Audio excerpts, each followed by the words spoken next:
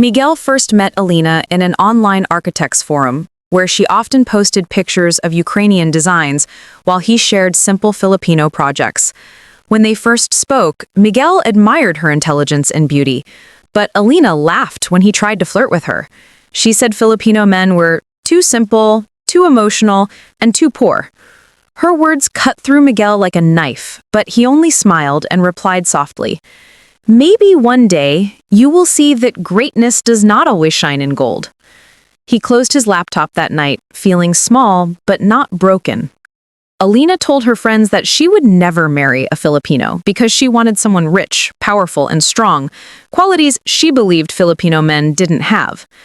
Miguel thought about deleting their conversations forever, but something made him stay. Maybe it was her honesty, even if it was painful. Maybe it was because he knew life could change people. Miguel went to work the next morning carrying cement bags and heavy tools, asking himself, what do women really want? Money or character? He didn't know then that life was preparing both of them for a lesson. Miguel lived in a small wooden house with his father, Tatay Lando, deep inside a quiet barangay. Every day before sunrise, he cooked rice, checked his father's medicines, and rushed to the construction site. He was not rich, but his heart was rich with discipline. Miguel often carried heavy steel rods on his shoulders, climbed unfinished buildings, and worked under the heat while never complaining. His co-workers respected him because he never lied, never stole, and always helped others without asking for payment. One night, while resting, he saw Alina's new photos. She was in a restaurant with a wealthy businessman who gave her flowers. Miguel looked at himself, dusty shoes, tired eyes, calloused hands, and whispered, "We live in different worlds," but deep inside, he wondered why he still cared. His father noticed his silence and said, "Son, people judge by what they see, but real strength is something they learn to see over time." Miguel didn't understand Tatay's words yet, but life was already preparing the first twist. Months passed, and Ukraine faced economic challenges. Alina, who once felt secure, suddenly lost her job when their company cut staff. Her wealthy businessman friend disappeared, leaving her messages unread. She felt abandoned and embarrassed. The world that once looked glamorous now showed its true fragility. She remembered Miguel, the Filipino man she once mocked because he always had comforting words, even when she rejected him. She longed for that honesty again. Alina swallowed her pride and messaged him, "Hi Miguel, how are you?" Miguel was surprised but replied kindly. They talked for hours. For the first time, she listened to him without judgment. Miguel shared how Filipinos survive life's hardest storms by working together and staying grateful. Alina found peace in his voice. She felt something she couldn't explain, respect. For the first time, she saw strength in a Filipino man's simplicity. Alina booked a flight to the Philippines after long nights of thinking.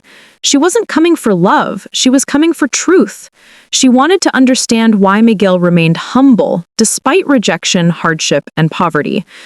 When she landed in Manila, the humid air surprised her, but what surprised her more was seeing Miguel waiting outside the airport with nothing but a shy smile and a small homemade cardboard sign with her name. He didn't bring a luxurious car or flowers, just honesty. On the long ride to his province, she saw children playing with broken toys yet smiling like they had the world. She saw street vendors earning coins but greeting customers with warm hearts.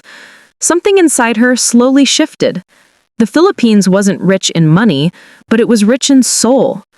When they reached Miguel's village, neighbors waved happily even though they owned almost nothing. It confused her. How could people be so joyful with so little? Miguel's home shocked her even more.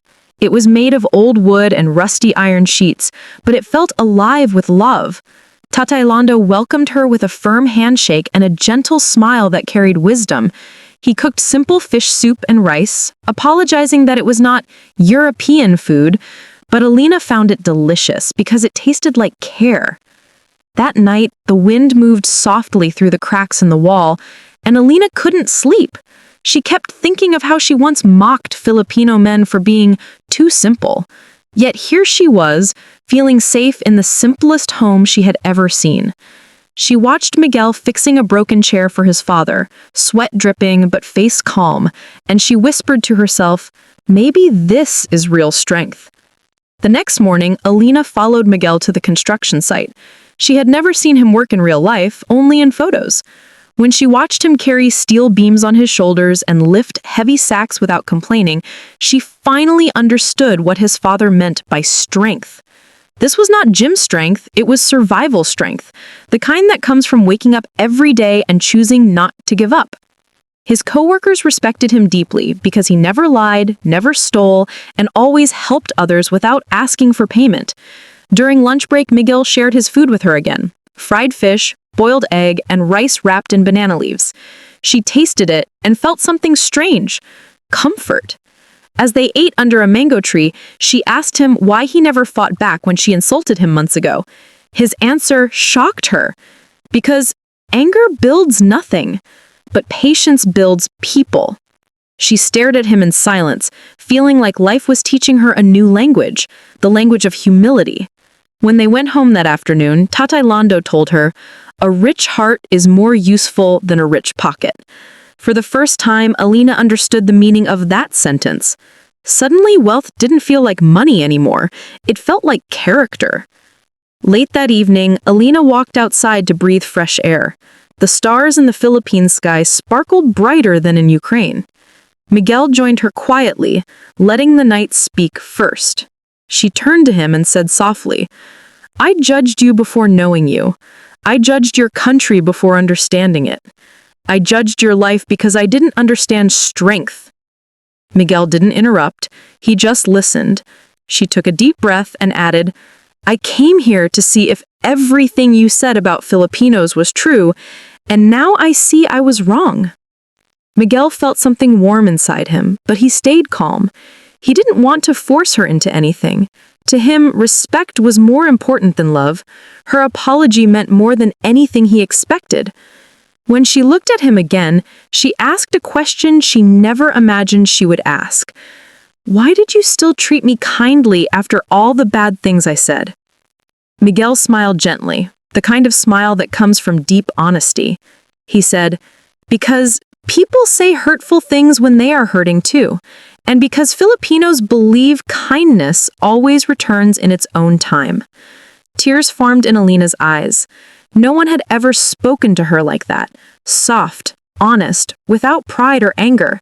She learned that night that strength is not shown by shouting or showing off, but by forgiving without keeping score.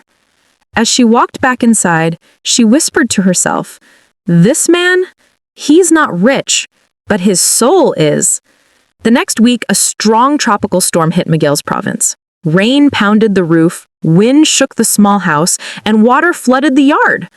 Alina panicked because she had never experienced such weather.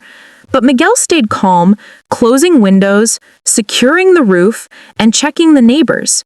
She saw a new side of him, a protector. He didn't just take care of himself, he cared for everyone around him. During the storm, Tatay Lando fell because he slipped on the wet floor. Miguel carried his father like he weighed nothing, firmly but gently, showing the strength Alina had once said Filipinos didn't have. When the storm worsened, Miguel left the house to help rescue a neighbor trapped inside a collapsing hut. Alina begged him not to go, but he smiled and said, "If we only think of ourselves, what kind of people would we be?" She stood at the doorway watching him run through the heavy rain, risking his life for a family that had nothing to offer him in return. Hours later, he returned soaked and shivering, but safe. That night, as he sat by the table drying his clothes, Alina realized something she had never felt before. Admiration so deep it hurt. She had met rich men, strong men, educated men, but none of them had the courage to run into a storm for strangers. And at that moment, she knew Miguel was special. Over the next few days, Alina helped Tatay Lando prepare meals, fetch water, and clean the house. She felt like a part of the family. Miguel watched her with quiet amazement, how a woman who once looked down on Filipinos was now learning their culture with her own hands. Their conversations grew longer and warmer. Sometimes they laughed under the trees, sometimes they shared stories of sadness and dreams. Miguel told her how he never had the chance to travel or chase big dreams because he had to take care of his father. Alina told him how she spent years chasing wealth and status, only to be abandoned by those she trusted. They became each other's teachers. Miguel taught her humility, patience, and gratitude. Alina taught him confidence, perspective, and the courage to dream bigger. One sunset, as they sat beside the rice fields, the moment suddenly felt too perfect. Miguel wanted to tell her his feelings, but he held it back. Instead, he said, "Sometimes life sends people to us not by accident, but by need." She looked at him with eyes soft like dawn and whispered, "Maybe we were both searching for something we didn't understand." Their hearts connected quietly, naturally, like two worlds learning to breathe in the same rhythm.